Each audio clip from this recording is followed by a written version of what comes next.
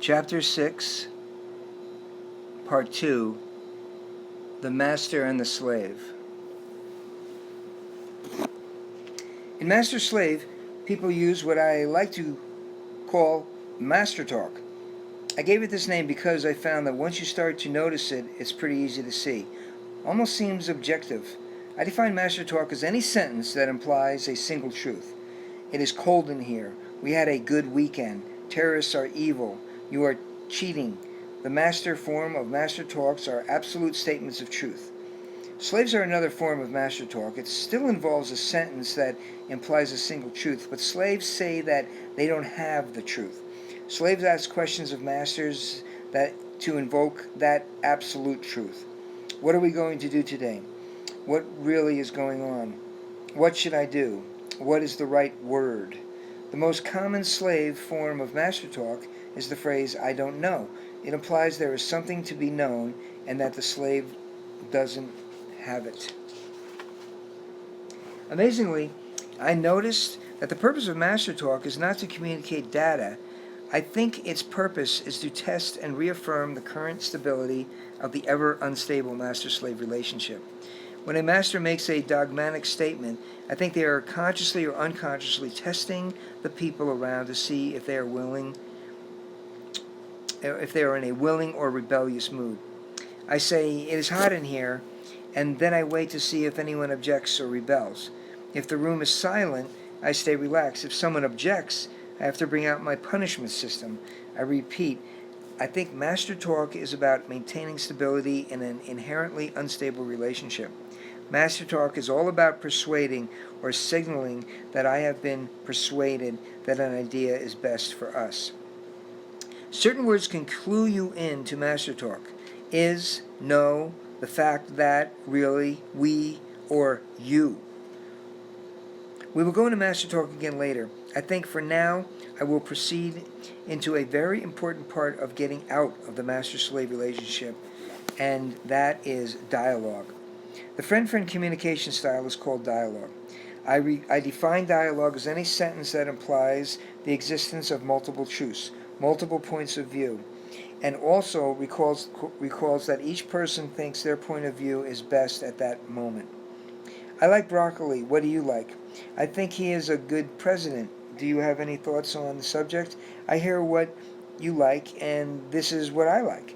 Dialogue is all about sharing data and encouraging independent decisions on what is best for each. Many words can signal that dialogue is being used. The word I is used frequently. The word know is replaced by believe, recall, remember, think, imagine, guess. I hear that we is replaced by I think, I believe, etc. That we. The word you is replaced by I. Imagine that you. I get the impression that you. My favorite phrase is that is my belief. Best that I've got. Of course, my belief plus $1 will get me a poor cup of coffee. What do you believe? I am acknowledging that I am aware that my point of view, as good as I think it is, has no intrinsic value for anyone else. Alfred was getting a little excited about this. I could tell by his tone that this was the meat of what he was talking about, that this dialogue thing was important, so I listened close. Master talk, he continued, is so common in the world of human media that it is the traditional human. Master talk, he continued, is so common in the world of human media and in the traditional human homes that it seems almost automatic. I think it is the most common kind of communication that human children hear from adults. The art of dialogue usually must be taught to adults. This is done through the teaching of mirroring and intentional dialogue techniques. It is the process I help them unlearn master talk. What makes teaching dialogue easier is that it seems more natural. The process of dialogue matches well with the internal self-awareness of human beings. I'm different. We all know this at birth. Communication that acknowledges differences is natural. I think it is master talk that has to be taught. Human culture has to work hard to teach master-slave obedience, submissiveness, and if you want to study master talk and master-slave teaching tools in their magnificence, examine the practices of military boot camp. In 10 weeks, a man or woman is trained to know at the automatic level the brilliance of master-slave. At any moment, there is only one person present whose opinion matters, the senior person present. It is no wonder a teaching dialogue, friend-friend, or other relationship skills to the ex-military person is often difficult. Master-slave techniques work well in the military. In fact, they are probably the only reliable system that does work under the conditions of human warfare. But in relationships, it does not work. Now, what are the benefits of friend-friend relationship? Well, there's always that win-win, that sense of fairness. There is also the long-term stability. Master-slave relationships have the benefit of efficiency, but break down when it comes to long-term trust. A master has the benefit of feeling the center of attention and having a sense of control. This latter aspect seems to be the most important. Many times I see people who had no control as children and who grow up to value that sense of control in their relationship.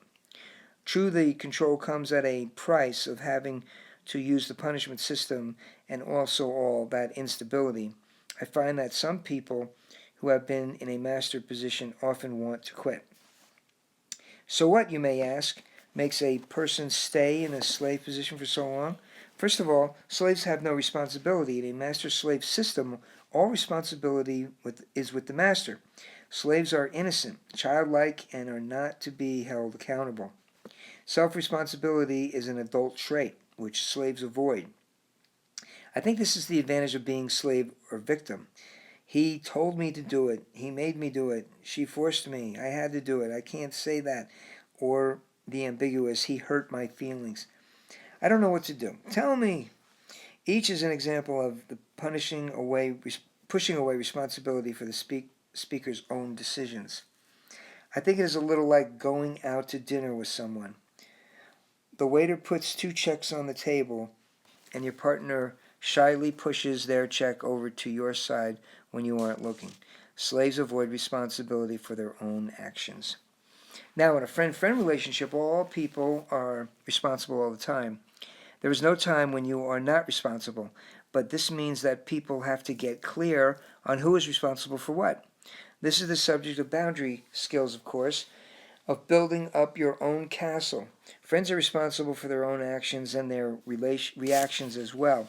Friends are also responsible to assist other people with their responsibilities. In the master-slave relationship, boundaries are completely confused because only the master has responsibility. Now, let's take a look at empathy. You see, this is one of the most important human attributes. A good definition of this is the ability to relate to the inner world of another person as different from your own.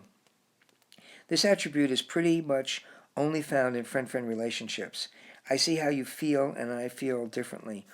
The words "and" is important. The word "and" is important. In master-slave relationships, empathic behavior is rare. Masters rarely know what a slave's world is like, or that this world even exists. Slaves tend to demonstrate sympathy. This is the tendency to feel what others are feeling, or to see your world as somehow mixed up with the other's world. I get so upset when you get upset. It is the lack of empathy that allows masters to punish their partners. Masters tend to be blind to how they come across to others. An argument is about 2 people lacking empathy who are defending themselves while punishing the other. All this without much awareness. The turtle paused. He put down his short piece of chalk and walked back to his desk. There is another element of the master-slave condition that must be touched on, beyond the straightforward master dimension that I have spoke of here. Exists another form of master. This is another position that the master rarely often tends to take. This is the position of the passive master, and this posture can be quite common. The turtle continued. Now, this interesting phenomenon occurs when a person doesn't want to be responsible and yet isn't willing to accept the position of the slave. They want control, but not responsibility. In this situation, the person uses their punishment system only, but doesn't say what they want, the truth system. The passive master punishes by shaming others for being mean or hurtful or thoughtlessness, etc. They may consciously or unconsciously produce emotional or illness outbursts. They may have migraines or attacks of fibromyalgia. This hurting comes whenever someone does what the passive master doesn't want. Passive masters often appear frail or oversensitive. I find these people in families where everyone is trying to not upset or hurt the passive master. It tends to go something like this. Dad is a powerful man in the community. He runs 3 businesses with about 90 employees. He is on many of the boards of the agencies of the city. Mom is pretty sickly. She stays at home most of the time. She hasn't had a job except raising us. Then I ask the question, who runs the family? Who is the boss? The answer, Mom. A nice example of a passive master is those people who smoke cigarettes and sue tobacco companies. The trick is to remain a victim while being dominant. I have more to say about the passive master position. It is quite powerful, you see, and needs to be talked about, and I will, I assure you, shortly. Alfred looked concerned. I could tell the passive master is an important part of all this. It was like he was holding back on that information. He was holding it inside like a sneeze waiting to burst out in the air. That's what he looked like, to me anyway, from my position there in the large classroom. Alfred then slowly turned to a stack of handout sheets he had on his desk. Please, take one of these, he said. This will summarize for you the different aspects of master, slave, and friend. This is what they look like when you write them down on a piece of paper. The master slave one looks like this. And it went on to say these words.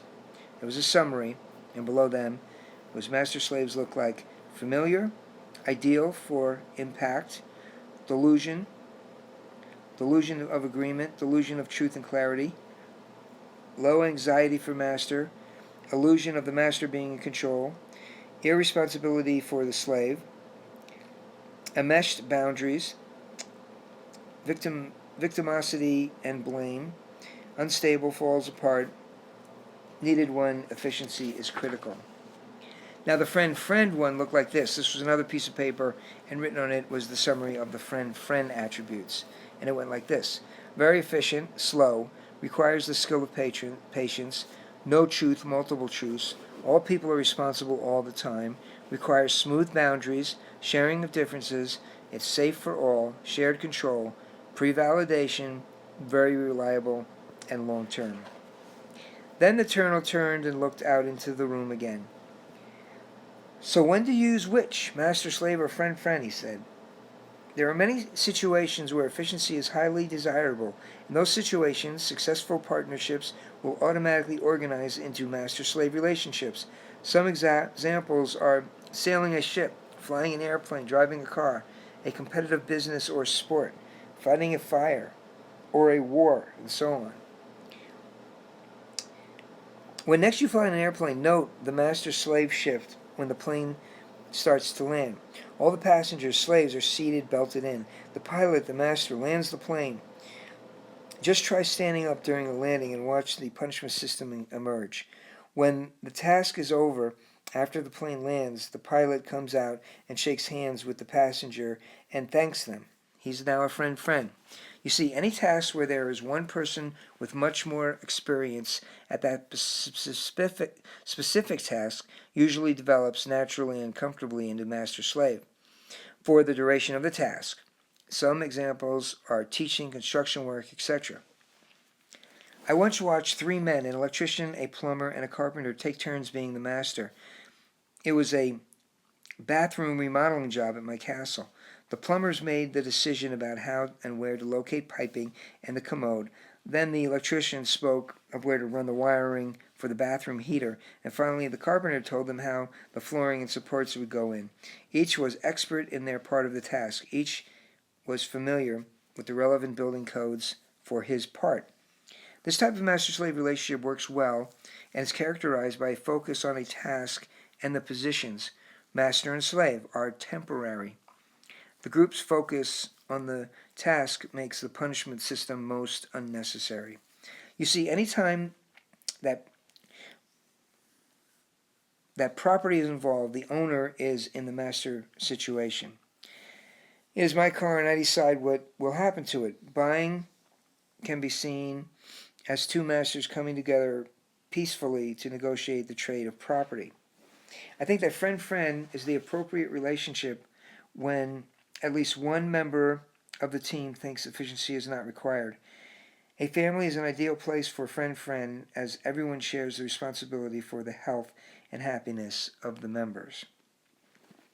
Whenever full communication is needed, a shift to friend-friend is a good idea.